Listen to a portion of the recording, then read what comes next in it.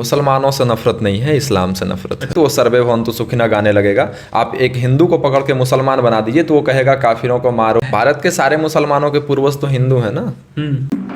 नमस्कार, मैं विमलेंदु सिंह। हमारे साथ हैं माधव लाल कश्यप, जो कि हिंदू स्वाभिमान करके संगठन चलाते हैं। क्या मैं सही हूँ? बिल्कुल बिल्कुल। और आपने फेसबुक पे लिख रखा था कि आपकी सोच से ज़्यादा मेरी नफरत मुसलमानों से है। क्या मतलब निकलता है इसका? मुसलमानों से नफरत नहीं है, इस्लाम से नफरत है। इस्लाम और मुसलमान तो एक ही हो गया ना? ना ना, आप एक मुसलमान को पकड़ के हिंदू बना दीजिए तो वो सर्वे भवन्तु सुखिनः गाने लगेगा। आप एक हिंदू को पकड़ के मुसलमान बना दीजिए तो वो कहेगा काफिरों को मारो, लूटो, घेरो, मूर्ति पूजकों का भंजन करो। वो तुरंत आइडियोलॉजी चेंज हो जाती है ना उनकी। आपको अगर आप वामपंथी हैं, आपको पकड़ के दक्षिणपंथी बनाया जाए तो आप श्री रामचंद्र की जय करेंगे। आपको वामपंथी बनाया जाए तो आप लाल सलाम करेंगे। तो व्यक्ति में थोड़े उसकी विचारधारा में अंतर होता है ना।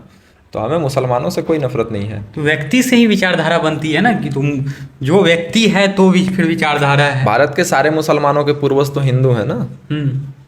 कहाँ ये लिखा हुआ है? नहीं, लिखा हुआ नहीं है। यहाँ के मुसलमान कहते हैं। लिखे हुए पे चलते हैं। ठीक है, लिखा हुआ भी है। भारत के मुसलमान कहते हैं भाई। मौलाना तौकीर रजा, बरेलवियों के वो सबसे बड़े बरेलवी है ना। मुसलमानों का जो फ़िरका है, देवबंदी, बरेलवी, अहमदिया, शिया, सुन्नी, सब फ़िरकाएँ उनका फ़िरका है बहावी।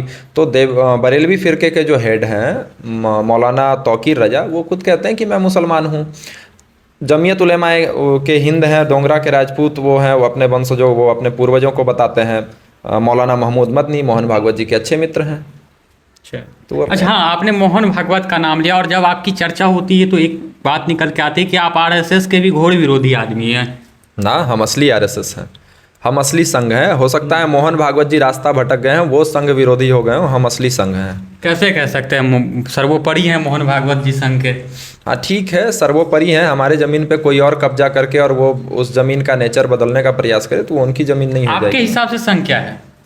हमारे हिसाब से संघ हिंदुओं का सशक्त संगठन है, जिसने हिंदुओं के अस्तित्व के रक्षा के लिए, गौ गंगा गायत्री की रक्षा के लिए भारत में उनकी स्थापना हुई थी।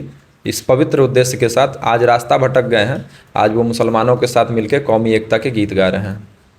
ये आपको लगता है? बाकी लोग तो विपक्ष जो हैं अभी वो भी आरोप लगा रहे हैं कि संघ के होते जा रहे हैं, हिंदूवादी विचारधारा के होते जा रहे हैं, बीजेपी पे आरोप लगती रहती है। मैं आपको एक बात बताता हूँ।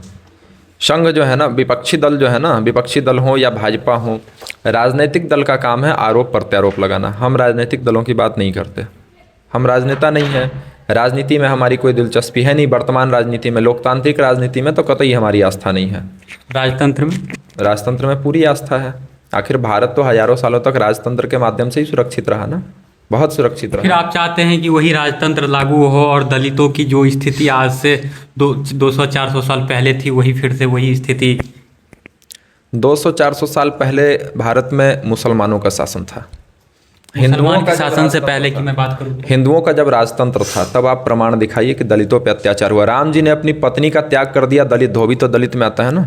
एक दलित के कहने पे अपनी पत्नी का त्याग कर दिया प्रभु रामचंद्र ने।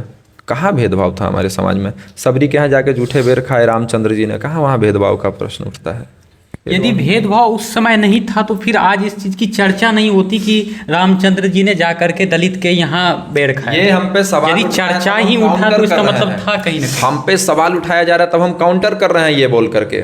निषाद राज के यहाँ गए थे ना, निषाद राज के यहाँ गए, निषाद राज के घर का उन्होंने भोजन भी किया। राम जी, लक्ष्मण जी, सीता जी अपनी महारानी के साथ वहाँ उन्होंने निवास भी किया।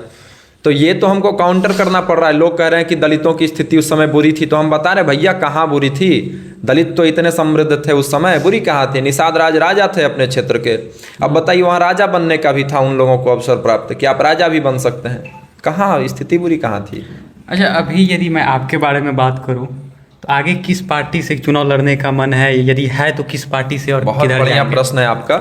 मैंने कहा लोकतांत्रिक व्यवस्था में हमारी कोई आस्था नहीं है। हम चुनाव, राजतंत्र तो अब लागू होने से रहा। हाँ, तो हम चुनाव नहीं लड़ेंगे ना। हम चुनाव नहीं लड़ेंगे। बाला साहब ठाकरे ने चुनाव लड़ा था। वोट डालने तो जाते होंगे? नहीं, वोट नहीं डालते हम, वोट नहीं देते हैं। मैंने आखिरी बार वोट दिया था 2014 में, नरेंद्र मोदी को दिया था। 2019 में हमने नहीं दिया क्योंकि राम मंदिर नहीं बनाया मोदी जी ने 18 तक, और 24 में हमने नहीं दिया क्योंकि मोदी जी ने बहुत सारे हिंदू विरोधी कार्यों को किया। 24 में तो उन्होंने राम मंदिर संपन्न कर दिया था। 18 लाख करोड़ की योजना मुसलमानों को दी गई। भारतीय जनता पार्टी की तरफ से मुख्तार अब्बास नकवी ने दिया। दिल्ली में 12,000 रोहिंग्याओं को फ्लैट बना करके हरदीप सिंह पुरी ने दिया, मोदी के मंत्री ने। वो सारे काम, मुस्लिम भी तो इंसान ही है ना भैया मुस्लिम इंसान है तो मुस्लिम को ये समझना पड़ेगा कि बाकी लोग भी तो इंसान है ना, हम भी इंसान है ना। हमारी बहन बेटियां फ्रीज में पैक करके टुकड़ों में काटने के लिए नहीं है ना, उनको भी समझना पड़ेगा कि हम भी इंसान है ना। कश्मीरी पंडित भी इंसान थे ना। बंगाल में नोआखली और सोहरावर्दियों का जब अत्याचार हुआ, वो हिंदू भी इंसान थे ना, सिर्फ मुसलमान उस समय इंसान। तो दिल्ली में भी हिंदू ने मुस्लिमों के साथ किया था। क्या किया था, क्या किया था हिंदुओं ने मुसलमानों के साथ? प्रतिक्रिया तक नहीं देने दिया गांधी जी ने। गांधी जी आकर के अनशन पर बैठ जाते थे, हिंदू को तो कुछ करने के लिए मिला नहीं। उसी का तो विस्फोट हुआ कि नाथूराम गॉडसे जी ने हत्या कर दी। अच्छा, गॉडसे को मानते हैं आप? मैं मानता हूँ गॉडसे जी को, मैं गांधी को भी मानता हूँ, गॉडसे को भी मानता हूँ। गांधी के असहयोग आंदोलन का मैं दीवाना हूँ, और गॉडसे ने जो गांधी की हत्या की, मैं उसका दीवाना हूँ। मुझे दोनों काम अच्छे लगते हैं। अच्छा, गांधी की हत्या तो मान रहे हैं आप ना? हाँ, गांधी का वध था। ये हत्या तो लोकतांत्रिक, फिर आपने ही कहा कि हत्या है।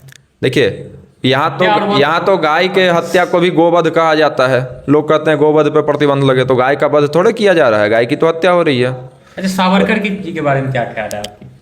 सावरकर जी अच्छे व्यक्ति थे। सावरकर जी ने हिंदुओं को एक सूत्र दिया, राजनीति का हिंदूकरण, हिंदुओं का सैनिकीकरण, ये उन्होंने सूत्र दिया, बहुत अच्छा। कहा था कि गाय सिर्फ एक जानवर है। सावरकर जी शायद गाय को अच्छे से समझते नहीं थे। सावरकर जी ने शास्त्रों का अध्ययन नहीं किया, अशास्त्रीय थे, इसलिए उन्होंने ऐसा कहा था। ज़्यादा समय आपका नहीं लेंगे। लास्ट आपसे एक क्वेश्चन है मेरा कि सरकारी सुविधाएं आप ले रहे हैं जब लोकतंत्र में विश्वास नहीं है, कोई सुविधा सरकारी? कोई सुविधा नहीं। आप मेरा चेक करवाइए, मेरा आधार कार्ड है, राशन कार्ड नहीं मिलेगा आपको। मैं सरकार की एक भी सुविधा नहीं लेता हूँ। मैं गैस सब्सिडी नहीं लेता हूँ, एक भी सुविधा सरकारी में नहीं लेता हूँ। आप चेक करवा अच्छा, टैक्स वैक्स में सहयोग है आपका कि वो भी कहीं से जुगाड़ करके निकल जाते हैं? अब भैया ऐसा है कि हम बाजार में बेसन खरीदने के लिए जाएंगे तो सरकार को तो टैक्स चला ही जाएगा ना। हमारा तो एक तो है कि हम फसलों को मंगा करके और उसको पिसवा करके यूज करते हैं। राजीव दीक्षित जी का मैं फॉलोवर हूँ बहुत बड़ा, तो हम उस प्रकार से चीज़ों को यूज करते हैं। लेकिन हाँ, जो सब अब हमने फ़ोन खरीदा है, हम टीवी खरीदते हैं, फ्रिज खरीदते हैं, तो सरकार को तो टैक्स जा ही रहा है ना उसका। सरकार को चलिए, आपके हिसाब से राजतंत्र फिर से यदि लागू हो जाए तो सारा कुछ सही हो जाएगा? देखिए, लोकतांत्रिक व्यवस्था सही है, लेकिन लोकतांत्रिक व्यवस्था हो जैसे वैशाली जनपद चलता था ना, महाजनपद, उस प्रकार की व्यवस्था हो। तो राजतंत्र में भी लोकतंत्र ही होता था पहले, तो लोकतांत्रिक व्यवस्था तब सही है। अभी की लोकतांत्रिक व्यवस्था बिल्कुल सही नहीं है। For the people, of the people, by the people. Abraham Lincoln ने कहा था ना, तो ये फॉर का फार हो गया, लोगों से दूर रहो। ऑफ OFF हो गया, लोगों को काट डालो। बाई BUY हो गया, लोगों को खरीद डालो। ये सिस्टम आज आ गया है लोकतंत्र में, इसको हम फॉलो नहीं करते हैं। शुक्रिया बात करने के लिए। आप एक सवाल कर रहे हैं।